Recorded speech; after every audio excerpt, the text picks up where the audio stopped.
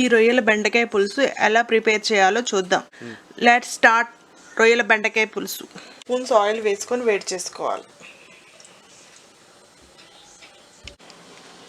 Oil వేడైన తర్వాత 2 onions ఇలా కట్ చేసుకొని వేసుకొని ఫ్రై చేసుకోవాలి. ఆనియన్స్ 50% ఉడికేసిన తర్వాత ఒక పావు కేజీ బెండకాయలు ఇలా కట్ చేసుకొని వేసుకొని కలుపుకోవాలి. ఇందులోనే కొంచెం పసుపు,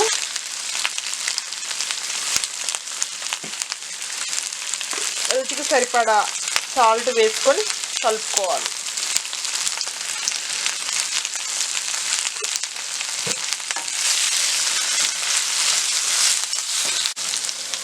రెండు కరేపాకు రెబ్బలు వేసుకొని ఫ్రై చేసుకోవాలి. బెండకాయలు ఒక 4-5 మినిట్స్ ఫ్రై చేసుకున్న తర్వాత ఒక కప్పు ఫ్రోజన్ కుక్కుడు రొయ్యలు వేసుకొని ఫ్రై చేసుకోవాలి. 2 మినిట్స్. పచ్చి రొయ్యలు వాడితే బెండకాయలతో పాటే వేసుకొని ఫ్రై చేసుకోవాలి. వీటిని ఒక 2-3 మినిట్స్ ఇలా ఉడికించుకోవాలి. బెండకాయలు ఒక 50% ఉడికేసిన తర్వాత నిమ్మకాయ అంత చింతపండు ఇలా గుజ్జుగా చేసుకొని పోసుకోవాలి.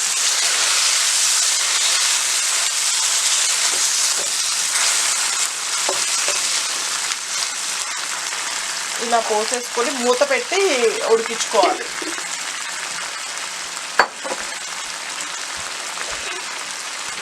మూత పెట్టేసి ఇంకా ఉడికించుకోవాలి ఒక 5 మినిట్స్.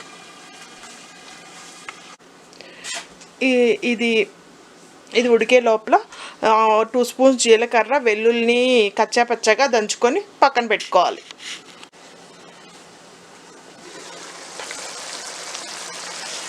ఇలా ఉడికేసిన తర్వాత ఇలా కచ్చాపచ్చాగా దంచుకున్న అల్లం వెల్లుల్లి పేస్ట్ వేసుకొని కలుపుకోవాలి.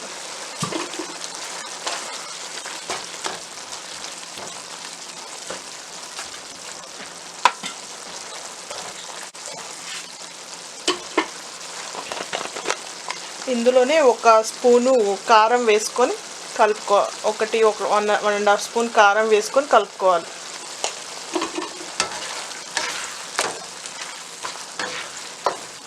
ఒకసారి కలిపేసుకొని ఒక 2 మినిట్స్ మూత పెట్టి ఉడికించుకోవాలి.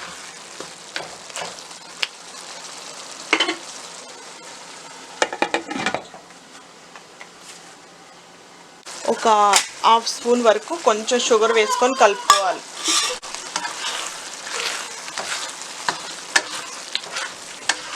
ఇలా ఒక 1 మినిట్ ఉడికించేసుకొని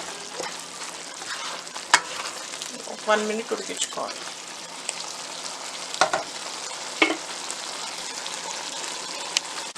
ఇలా ఆయిల్ పైకి వస్తున్నప్పుడు కొంచెం కొత్తిమీర కట్ చేసుకుని కొత్తిమీర వేసుకొని కలుపుకోవాలి.